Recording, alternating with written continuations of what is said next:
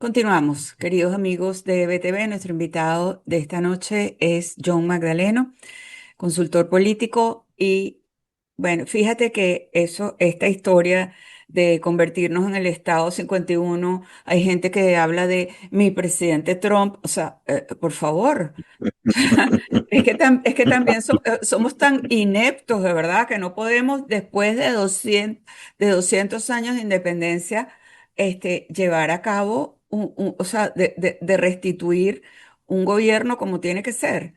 Pero para ti, John, ¿quiénes serían los interlocutores adecuados para llevar a cabo esas conversaciones? Porque ¿cuántas conversaciones ha habido ya? ¿7? ¿8? Todas han fracasado.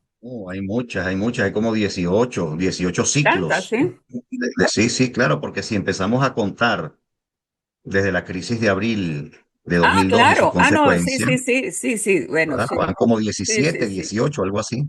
Pero digamos cuando Sí. empezaron las de Noruega, cuando se fue, fue República Dominicana, ahí ha habido, Bueno, claro, después México, después Barbados, después Qatar, exacto. etcétera. Todos han sido un fracaso. Sí.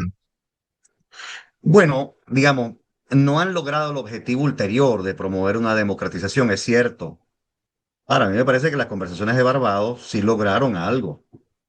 Lograron el respeto, aunque sea parcial, de la primaria. No la interrumpieron. Es decir, los factores de poder no interrumpieron la primaria, que han Porque podido hacerlo y pensaron que iba estuvo a ser planteado. un fracaso. Iba a ser un fracaso, Fue sí, por señor. Sí, eso, señor. no, no, no, no, no por Bueno, buenos ni porque quisieron, fue está porque muy bien, pero por lo calcularon menos mal.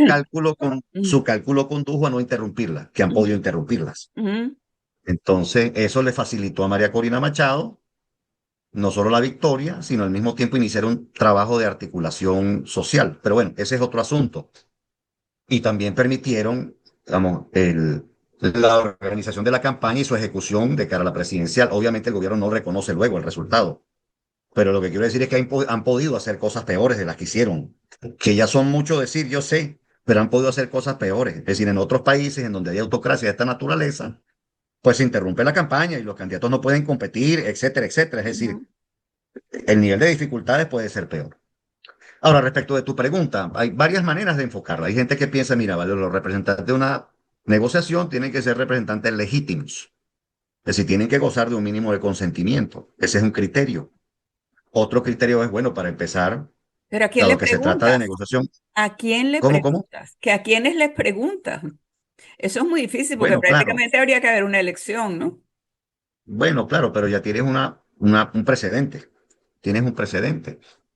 Segundo, bueno, ese no puede ser el único criterio, diría alguien, porque si estamos hablando de regímenes autocráticos, típicamente cuando se desarrollan estos regímenes, no gozan de legitimación popular. En todo caso, el consentimiento del que gozan es de factores de poder, no de Ujú, la legitimación popular.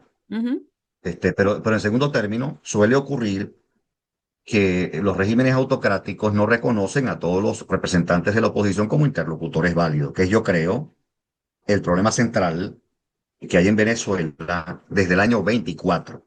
Este es el problema central.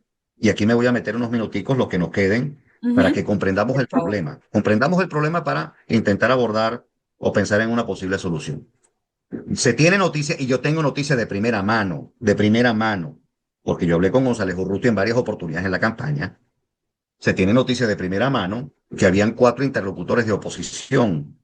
3 de esos 4 interlocutores de oposición intentaron ser reemplazados por otros. ¿Sí? Cuando tal cosa va a ocurrir, obviamente se cierran los canales de comunicación. Se cierran los canales de comunicación del gobierno con la oposición. Entonces aquí viene la pregunta de fondo, ¿y por qué se intentaron reemplazar a esos 3 de 4 interlocutores que el gobierno en efecto reconocía, interlocutores de oposición? Bueno, porque obviamente hubo un cambio de la estrategia, un cambio de la estrategia de la oposición. Desde aquella fecha, solo registro el hecho, ni siquiera formulo juicio de valor. Ujú. El hecho es que se intentaron reemplazar unos interlocutores, los interlocutores que la oposición tenía con el gobierno, y cuando se intentan colocar a otros, se cierran los canales de comunicación. Ese es exactamente el problema que perdura hasta el día de hoy, 2 años después. Así que la razón por la cual, en mi opinión, y tengo alguna información extraoficial para sugerirlo, la razón por la cual es el gobierno norteamericano el que designa a Dinora Figuera, la razón por la cual eso ocurre es también un hecho de facto. Es decir, el gobierno encargado no reconoce como interlocutores a todo aquel que esté en el entorno de Machado. Ese es un hecho fáctico, no es Ujú. una especulación, no es una conjetura.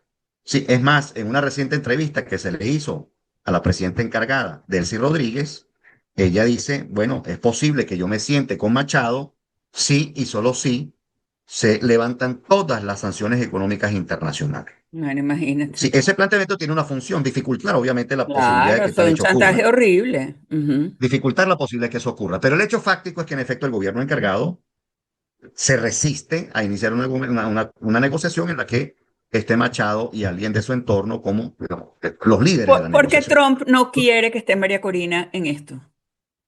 Bueno, pensará probablemente, ¿no? Dada la resistencia del gobierno encargado para admitir una negociación con Machado, pensará que el proceso nunca se iniciará. Así que el recurso de Dinora Figuera es intentar abrir la compuerta a una negociación. Eso obviamente tiene un conjunto de dificultades que podemos analizar y criticar. Bueno, efectivamente, no están los actores con mayor consentimiento popular del lado de la oposición. Efectivamente, esto plantea, vamos, problemas de coordinación para la oposición, pero el hecho fáctico es que con Machado a la cabeza, esa negociación no es factible en el corto plazo. Eso lo entiendo Entonces, perfectamente. Eso lo bueno, este entiendo. es el problema de fondo. Entonces, bueno, veamos entonces si Nora Figuera y quienes se sientan en esa mesa de negociación junto con los representantes del gobierno avanzan en la restitución de garantías. Veamos si avanzan o no. Veamos si avanzan en la restitución de libertades civiles para empezar. Veamos si avanzan en la restitución de derechos políticos luego. Sí, porque hay mucha gente interesada en que en efecto se ponga una fecha de la elección presidencial en particular, que se establezca un cronograma electoral. Bueno, muy bien, yo puedo Pero entender. John, ahí, No, es que mira, te tengo que invitar para otro programa porque me quedan muchas sí, preguntas. cómo no. O sea, cómo Claro. vamos a hacer esa elección?